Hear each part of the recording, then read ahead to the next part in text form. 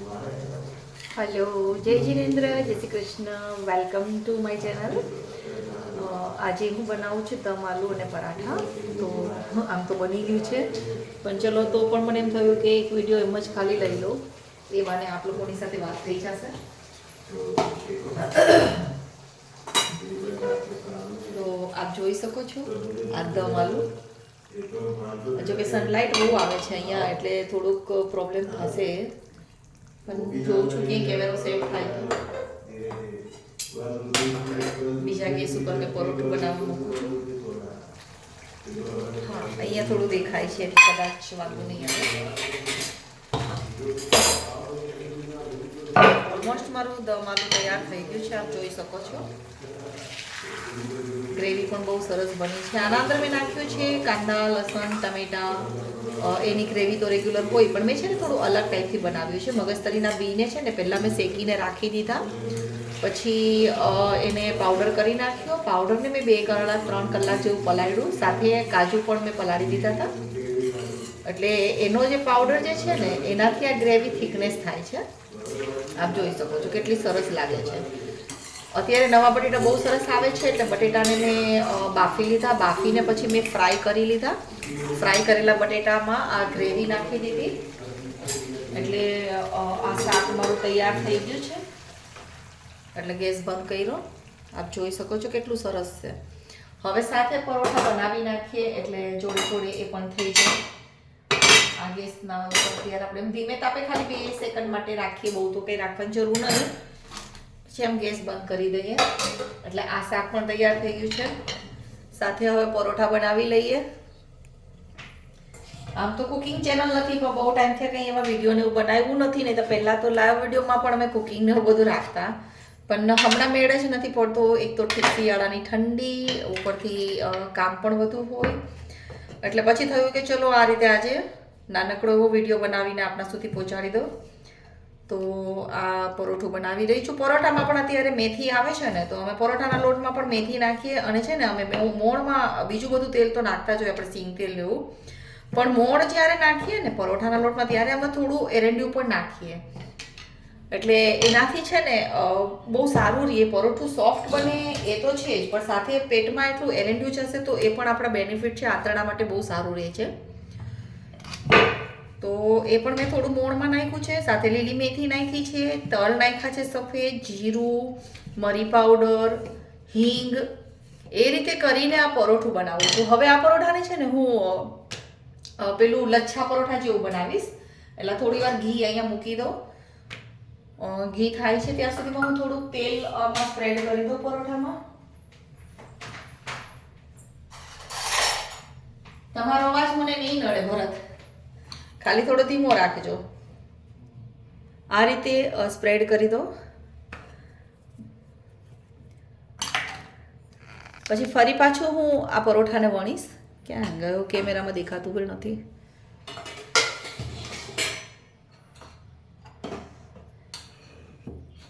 ફરી પાછું આ પરોઠાને હું આ રીતે વણીશ।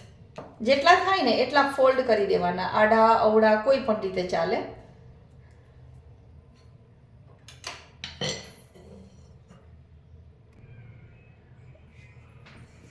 એ જે આપણે પડ કર્યા હતા, ટ્રાયંગલ બોલો, સ્ક્વેર બોલો, ગમે એ રીતે પડ કરી પછી 2-4 વડ કરીએ ને એ રીતે એને કર્યું મેં, અને ફરી પાછું આ પરોઠાને મેં વણ્યો।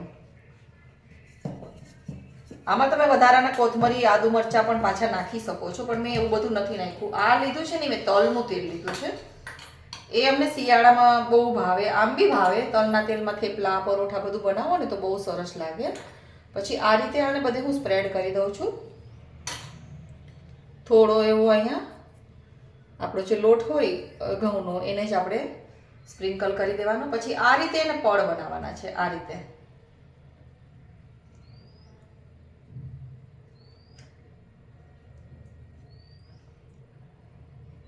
આને તમે આ રીતે બેન્ડ વાળી દો।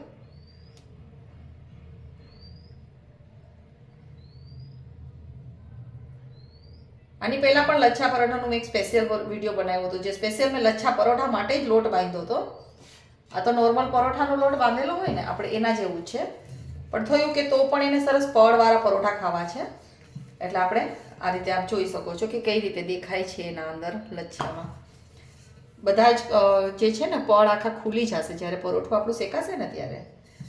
પછી આ રીતે એનું પરોઠું આપણે બનાવી નાખીએ.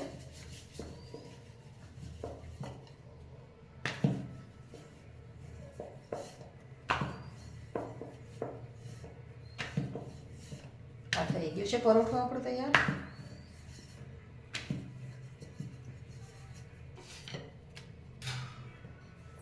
સૌથી પહેલા આપણે ઘી લઈએ. ઘી આ રીતે સ્પ્રેડ કરી દેશે આ પરોઠું. જનરલી આપણે પરોઠું રોટલી જે પણ હોય એ આપણે આમ પલટતા હોય, પણ જ્યારે આ રીતે આપણે વણ્યું હોય ને ત્યારે એને સીધું આમ મૂકી દેવાનું પરાઠાને. હવે આપને દેખાડું એ પરોઠા.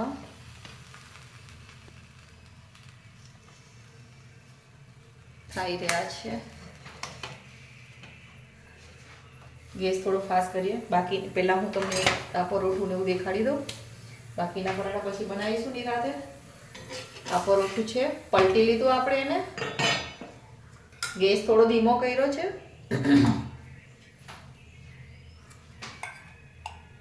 ઘી લગાડી દઈએ બધે.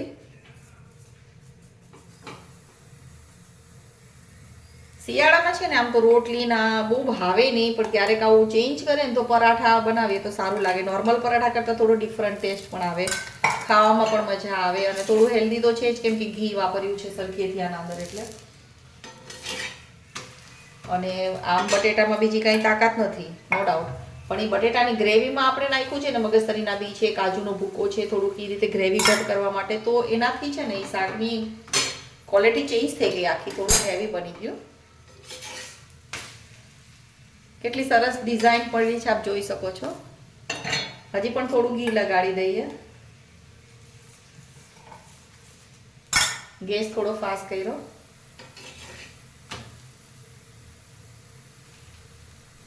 પરોઠું રોટલી જે પણ હોય ને આમ તો 3 ટાઈમ પલટે ત્યાં સુધીમાં થઈ જવું જોઈએ, પણ આજે આ રીતે મેં કર્યું એટલે થોડું 1-2 વાર આમથી આમ પલટી દીધું, નહીંતર 2 વખત જ, અને પરોઠું ત્રીજી વખતે આપણું તૈયાર હોય.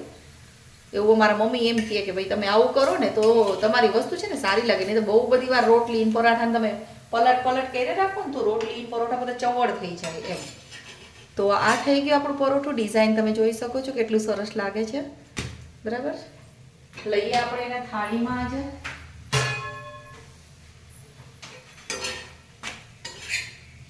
આ પરોઠું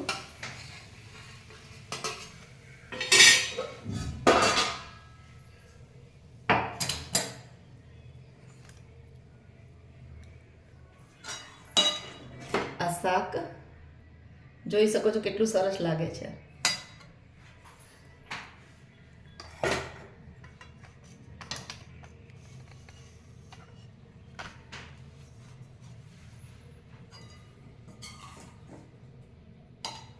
ડીશમાં જ કાઢીએ શાકને આપણે.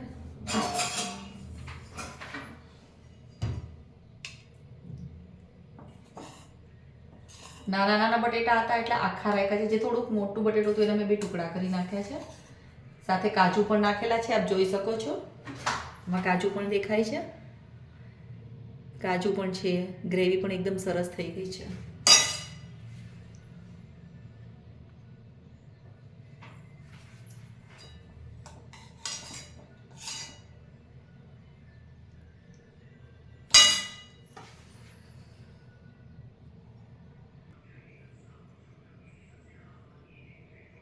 મસ્ત મજાનો દમ આલુ તૈયાર છે.